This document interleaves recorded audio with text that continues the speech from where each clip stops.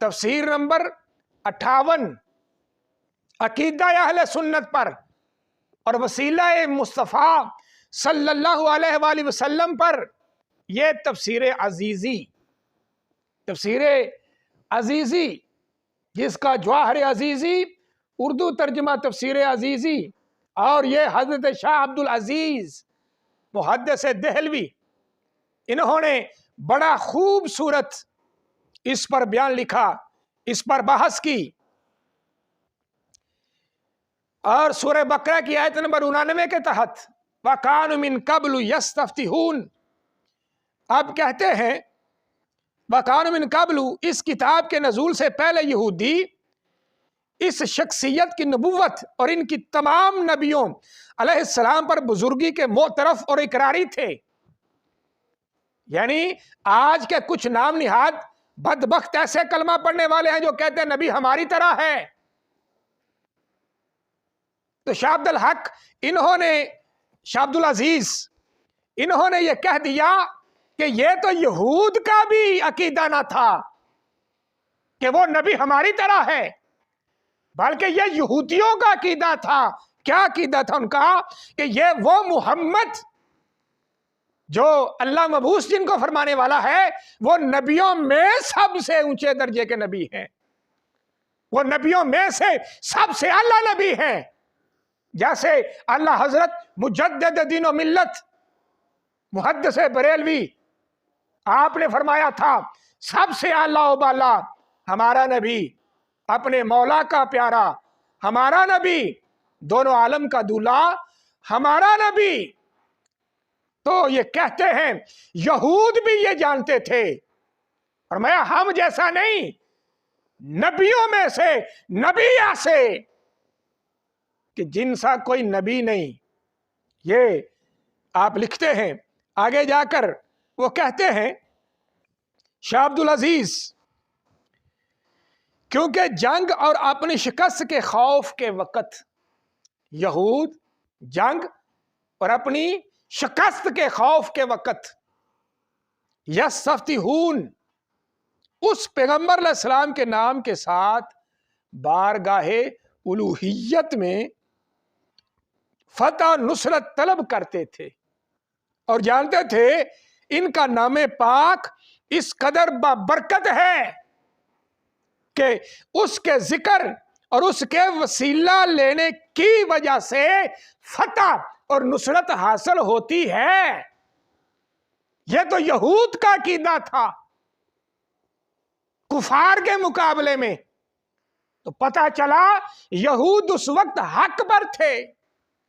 अगर यह वसीला मुस्तफा अल्लाह की अपोजिशन होती या ये रब्बुल जलाल के गजब को दावत देना होता, तो क्या रब उनकी मदद करता? शाह अब्दुल अजीज कहते हैं कि जब वो हमारे नबी का वसीला देते थे, हजूर के सदके से मांगते थे, तो मेरा रब उन यहूद को फतह अता फरमा दिया करता था।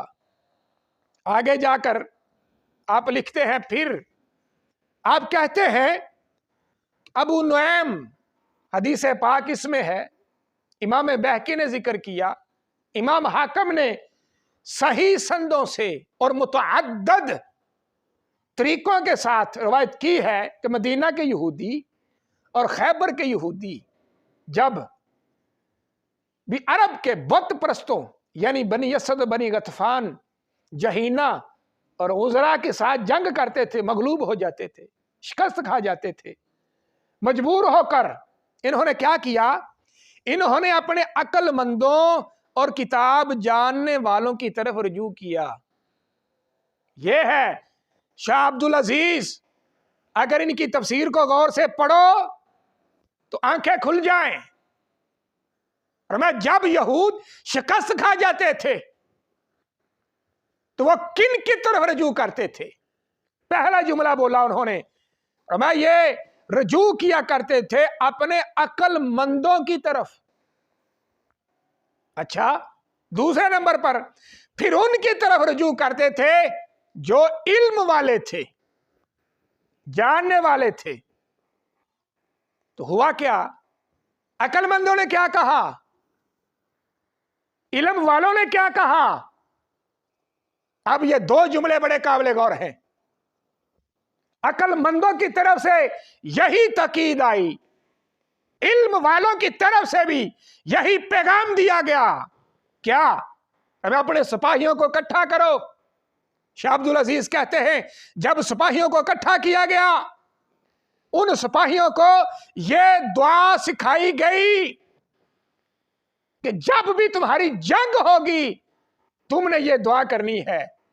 اب دیکھو عقل مندوں کو اور دیکھو علم والوں کو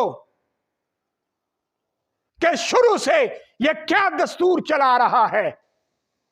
وہ دعا کیا تھی؟ شاہ عبد العزیز لکھتے ہیں وہ دعا یہ تھی، اللہم ربنا ان نسألک بحق احمد النبی الامی. اے اللہ ہم تجھ سے سوال کرتے ہیں اس نبی احمد کے صدقے سے، اس امی نبی کے صدقے سے جن کا تو نے ہم سے وعدہ فرمایا ہوا ہے. اور یا اللہ وہ نبی جس کا تو آخری زمانے میں مبعوث فرمائے گا، اس نبی کے صدقے سے ہماری مدد فرما. تو پتہ چلا وسیلہ مصطفیٰ اختیار کرنا یہ عقل مندوں کا شیوا ہے. وسیلہ مصطفیٰ اختیار کرنا یہ علماء کا شیوا ہے. اس سے بے عقل بھی نکل گئے جس نے وسیلہ مصطفیٰ اختیار نہیں کیا. شاہ عبد العزیز کہتے ہیں وہ جاہل ہے، بے علم ہے. اگر علم والا ہوگا اس کا چارہ وسیلہ مصطفیٰ کے بغیر نہیں ہو سکتا. تو پتہ چلا وسیلہ مصطفیٰ اختیار کرنے والے ابد سے اور اول سے لے کر آخر تک عقل مند تھے، عقل مند رہیں گے، علم والے تھے اور علم والے رہیں گے. شاہ عبد العزیز کہتے ہیں ہمارے نبی کا وسیلہ جب دیتے تھے وہی سپاہی جو شکست کھا جاتے تھے، جب ہمارے نبی کا نام لے کر انہوں نے چڑھائی کی تو اللہ کے فضل سے، نبی کے نام کے صدقے سے میرے رب نے ان یہود کو کافروں پر فتح عطا فرما دی، غلبہ عطا فرما دیا. یہ ہیں شاہ عبد العزیز بر صغیر کا بہت بڑا نام. اور آگے